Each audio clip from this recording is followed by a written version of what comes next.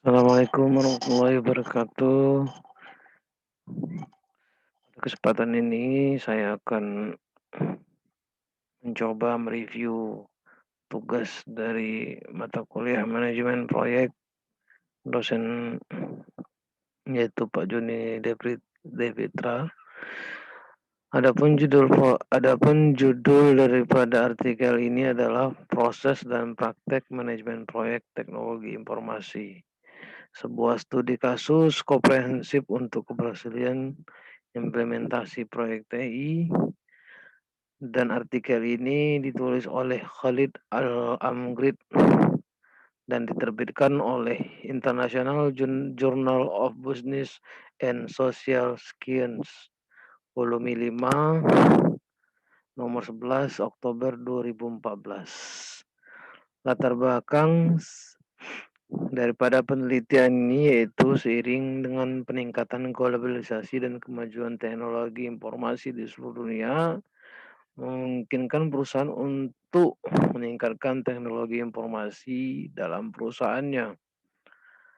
Dan dalam implementasi tersebut dibutuhkan manajemen proyek yang komprehensif sehingga menghasilkan sebuah proyek yang sesuai dengan yang diinginkan.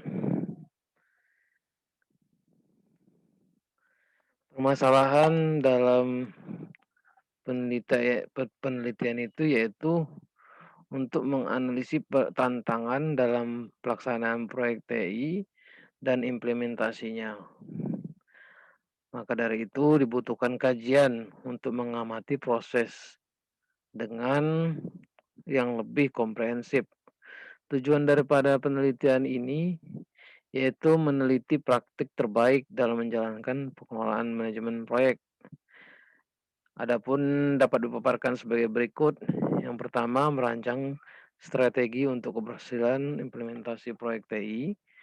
Kemudian untuk mengidentifikasi faktor-faktor yang penting dalam keberhasilan. Kemudian mengidentifikasi faktor-faktor yang menggambarkan proses implementasi. Kemudian untuk mengidentifikasi masalah yang mungkin dihadapi selama proses implementasi dan mencari solusi terhadap masalah tersebut. Kajian pustaka dalam penelitian ini yaitu menganut kepada benchmarking dan planning and continuous evaluation. Kemudian pembahasan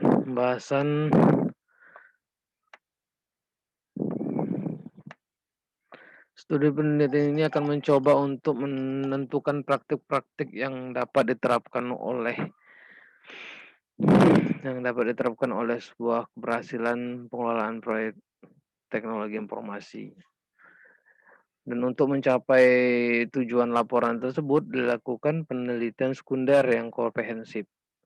Semua data yang berkaitan dengan faktor penyebab kegagalan proyek TI, faktor penting untuk kesuksesan, tantangan yang dihadapi pada saat implementasi, dan studi kasus PNG diperoleh dari sumber sekunder, termasuk buku dan jurnal dalam artikel. Analisis faktor penyebab kegagalan proyek TI.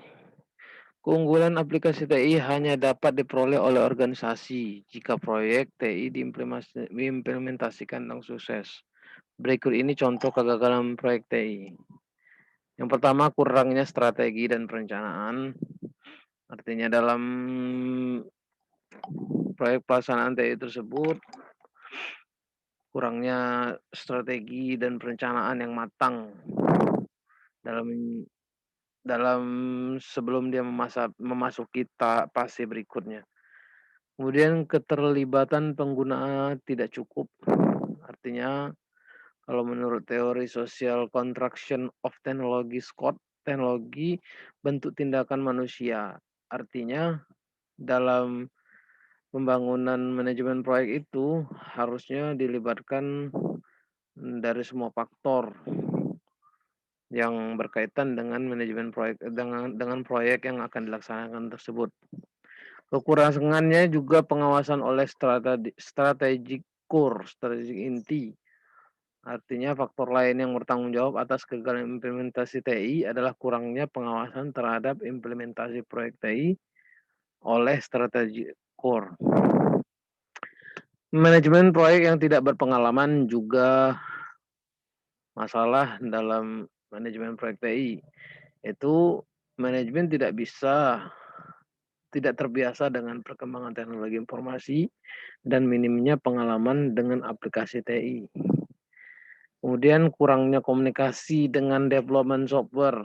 Artinya dalam pembuatan software tadi tidak ada interaktif antara pengembang dan pihak perusahaan.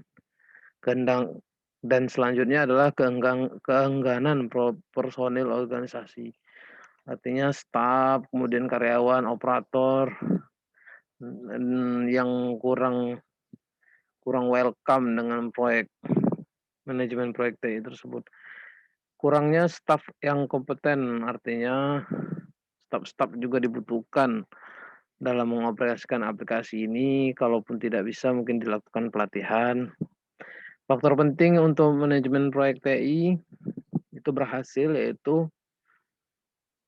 faktor yang diperlukan untuk keberhasilan proyek manajemen TI, yaitu dengan cara brand marking, yaitu menggunakan pengetahuan dan pengalaman yang sudah ada sebelumnya dalam melaksanakan manajemen proyek.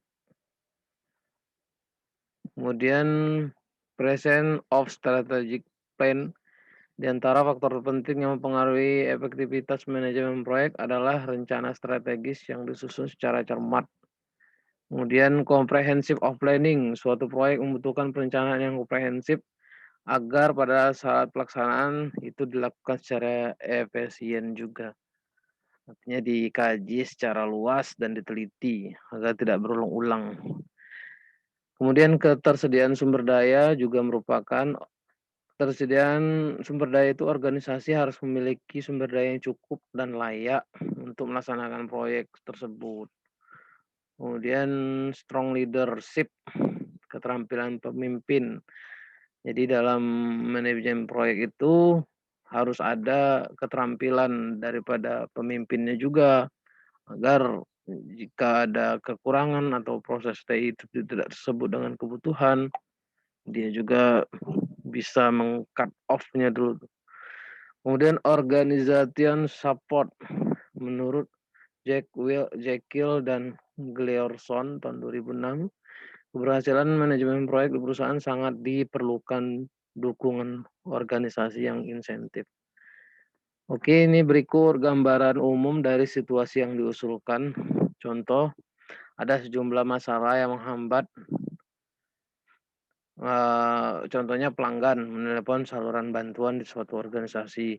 Kemudian salah satu asisten menjawabnya, karena tidak ada aplikasi yang mendukung daripada sistem konvensional tersebut untuk menyaring sumber telepon, maka karyawan akan meminta kepada pelanggan dan bertanya apakah untuk mengklaim ataukah untuk melaporkan masalah.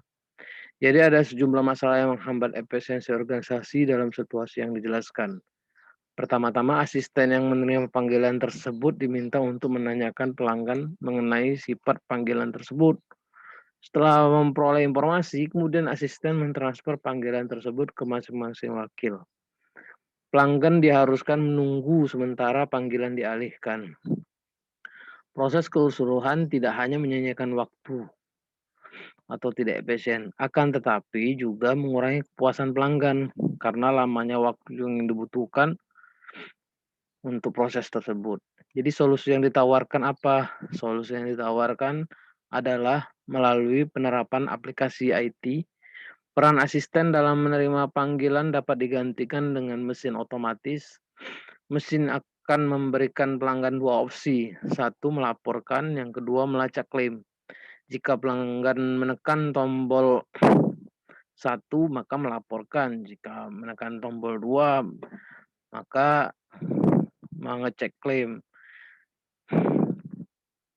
Kemudian pelanggan akan dialihkan ke perwakilan layanan pelanggan dengan insiden ID. Dan pelanggan akan difasilitasi langsung oleh perwakilan layanan pelanggan. Jadi berikut langkah-langkahnya untuk mengimplementasikan sistem baru. Yang pertama, membeli sistem telepon yang baru yang sesuai dengan masalah tersebut. Menerapkan sistem baru menggunakan manajemen proyek IT. Kemudian uji sistem tersebut dan mengecek kemungkinan kegagalan yang rendah. Pastikan validitas sistem dengan memeriksa bahwa nomor insiden terdiri dari angka. Kemudian menyesuaikan perwakilan layanan pelanggan dengan perubahan baru ini melalui pelatihan. Manfaat dari solusi yang diusulkan tadi yaitu konversi waktu sehingga lebih singkat. Mungkin bisa diisi juga dengan nada-nada pada saat waiting menunggu. Kemudian kepuasan pelanggan jadi terpenuhi, dan masalah yang terkait dengan hal yang gambaran umum tadi yaitu biaya implementasi palingan, kemudian waktu pelaksanaan, dan keengganan pelanggan tadi.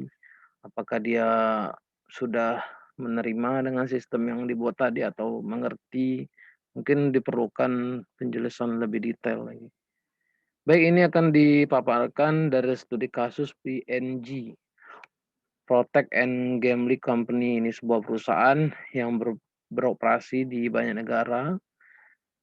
Perusahaan ini mempunyai segmen yaitu kecantikan, kesehatan, perawatan bayi dan keluarga. Dan setiap elemen mengelola banyak merek yang luas dijual pasaran. Jadi kasus yang dipelajari dari perusahaan ini yaitu salah satunya adalah pelaksanaan proyek dalam berbagai tahap dengan wilayah yang berbeda. Hal ini memungkinkan perusahaan untuk mengidentifikasi dan mengatasi risiko sebelumnya. Senior manajemen perusahaan melakukan benchmarking 3 sumber untuk mengidentifikasi risiko secara berkelanjutan. Pelajaran yang didapat adalah pemanfaatan internal pengetahuan PNG menggunakan pengetahuan yang dibuat sebagai hasil dari implementasi sistem dari sebelumnya, dan juga mengatasi resiko secara tepat waktu tanpa mempengaruhi kegiatan operasional perusahaan. Rekomendasi untuk manajemen proyek TI berdasarkan studi kasus PNG. Perencanaan dan persiapannya luas. Faktor pertama adalah kelengkapan perencanaan dan persiapan. Implementasi dalam tahapan setiap fase diuji fungsi dan lokasi geografisnya. Kemudian penilaian resiko reguler, menentukan KPI terhadap proyek yang dilaksanakan, pemanfaatan pengetahuan internal dan eksternal. Tidak terdampak pada operasi sehari-hari, proyek pelaksanaan sedemikian rupa sehingga tidak berdampak pada operasional sehari-hari. Jadi kesimpulan daripada penelitian ini, karena meningkatnya globalisasi dan kemajuan teknologi informasi di seluruh dunia, maka setiap perusahaan di seluruh dunia mulai mengadopsi aplikasi lama menjadi aplikasi IT yang terbaru. Dan untuk mengimplementasikan aplikasi tersebut, mereka melakukan proyek manajemen proyek TI. Laporan ini berpusat tentang proyek TI karena menyoroti faktor-faktor yang bertanggung jawab atas kegagalan proyek tersebut dan faktor-faktor yang membantu kesuksesan mereka. Laporan tersebut melakukan situasi yang diusulkan, solusi yang diusulkan. Laporan tersebut juga mencakup studi kasus dari proyek TI yang aktual. Contohnya adalah perusahaan PNG. Diikuti dengan rekomendasi berdasarkan studi kasus. Baiklah Bapak Joni Devitra, demikianlah pemaparan. Mohon maaf jika banyak kesalahan. Assalamualaikum warahmatullahi wabarakatuh.